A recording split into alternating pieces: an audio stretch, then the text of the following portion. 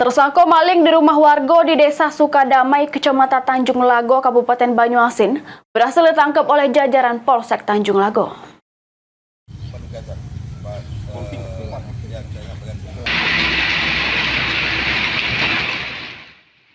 Polsek Tanjung Lago berhasil menangkap tersangka maling rumah warga di Desa Sukadamai, Kecamatan Tanjung Lago, Kabupaten Banyuasin.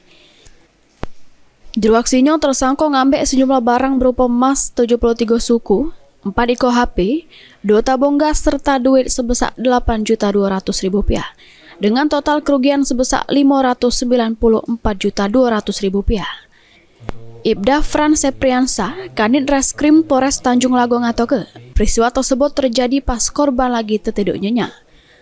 Oleh tersangka, duit hasil kejahatan itu digunakan untuk membeli narkoba sama kebutuhan sehari-hari.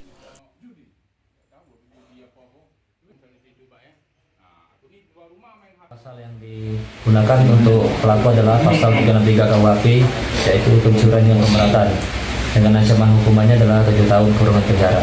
Inisial dan Untuk inisial dari pelaku sendiri adalah BN.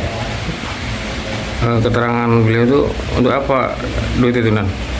Untuk keterangan dari pelaku bahwa uang hasil dari pencurian tersebut digunakan untuk membeli narkoba dan memenuhi kebutuhan hidupnya sehari-hari. Beliau TKP di mana nan? TKP di Desa Tanjung Lago, Kecamatan Tanjung Lago, Kabupaten Banyuasin. Atas kejadian ini, tersangka dikenakan pasal 363 KUHP terancam pidana 7 tahun penjara. Ridho Ilahi, PAL TV.